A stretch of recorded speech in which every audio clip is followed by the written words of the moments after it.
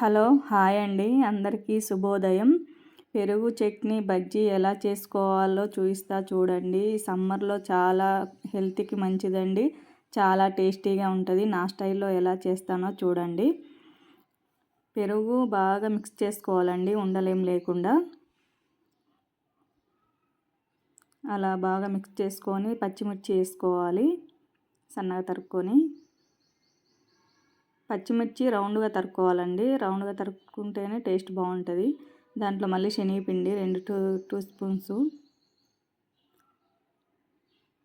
శనగపిండి వేసుకొని బాగా మిక్స్ చేసుకోవాలి. ఉండలేం లేకుండా బాగా మిక్స్ చేసుకోవాలండి. కొన్ని వాటర్ వేసుకోవాలి, కొద్దిగా సాల్ట్ వేసుకొని ఉండలేం లేకుండా బాగా మిక్స్ చేసుకోవాలండి.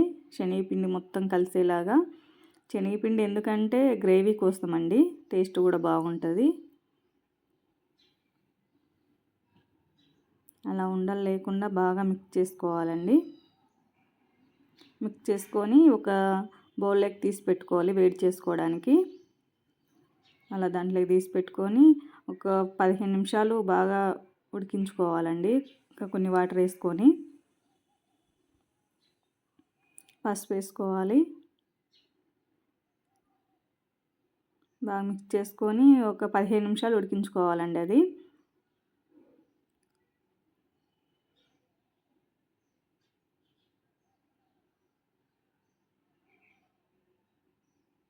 అలా చిన్న మంట మీదనే ఉడికించుకోవాలి. అంతలోపు మనకు బజ్జీకి తయారు చేసుకుందామండి. ఆనియన్స్ కట్ చేసుకోవాలి. కట్ చేసుకొని దాంట్లో పచ్చిమిర్చి వేసుకోవాలండి, శనగపిండి తగినంత. శనగపిండి తక్కువ వేసుకోవాలండి, ఆనియన్స్ ఎక్కువ ఉండాలి. మనకి ఆనియన్స్ కాన్ రావాలండి, అప్పుడే బాగుంటుంది. శనగపిండి కొద్దిగా తక్కువ వేసుకోవాలి. కొద్దిగా సాల్టు, కొద్దిగా ఉప్పు, సోడా 2 వేసుకోవాలండి.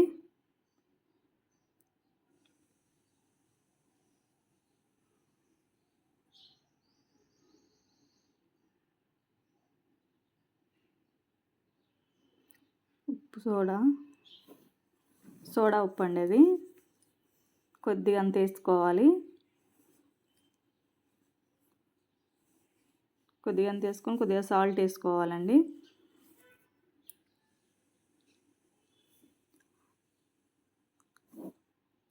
ఇది రంజాన్ నెలలో కూడా చాలామంది చేసుకుంటారండి. సాల్ట్ వేసుకోవాలి, హెల్త్కి చాలా మంచిదండి. ఒకసారి ట్రై చేసండి, వారంలో ఒక్కసారైనా చేసుకోవాలి. వాటరు కొద్దిగా వేసుకోవాలండి, కొద్దిగా వేసుకుంటా మిక్స్ చేయాలి. వాటర్ తక్కువ పడుతుందండి.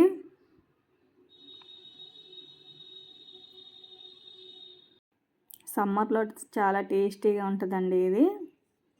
వాటర్ కొద్దిగా వేసుకుంటూ కలుపుకోవాలి. మనకు ఆనియన్స్ ఎక్కువ ఉండాలి, పిండి తక్కువ ఉండాలండి. అలా నేను చూపించే విధంలో కలుపుకోవాలి మొత్తం. అలా కలుపుకొని పక్కకు పెట్టుకోవాలండి. అంతలోపు అది అలా ఉడికించుకోవాలి. మనము చిన్న మంట మీదనే బాగా ఉడికించుకోవాలండి. గ్రేవీగా ఉండాలి, అప్పుడే టేస్ట్ బాగుంటుంది. అంతలోపు మనం ఒక పెనం పెట్టుకొని పెనంలో ఆయిల్ వేసుకొని, ఆయిల్ హీట్ ఎక్కిన తర్వాత మనము అవి పకోడీలాగా వేసుకోవాలండి వాటిలలో. అలా అన్నీ పకోడీలాగా పెట్టుకోవాలి.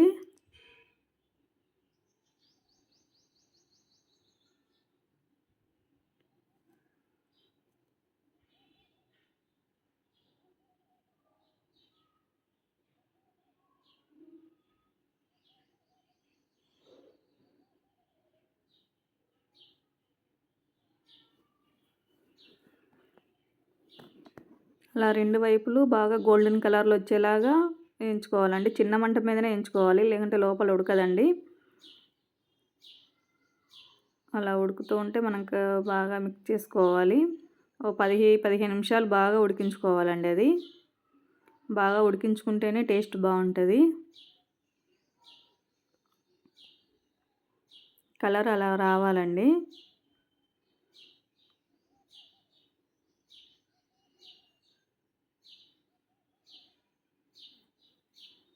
అలా బాగా ఉడికించుకోవాలి.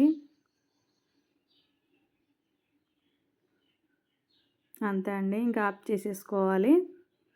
ఆఫ్ చేసేసుకొని మనము వేయించి పెట్టుకున్న పకోడీలు దాంట్లో వేసుకోవాలండి, బజ్జీలు.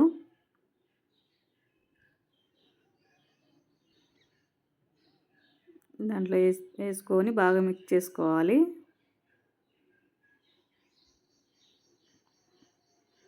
సమ్మర్లో చాలా టేస్టీగా ఉంటుందండి. పిల్లలకైనా పెద్దవాళ్ళకైనా హెల్తీగా ఉంటుంది.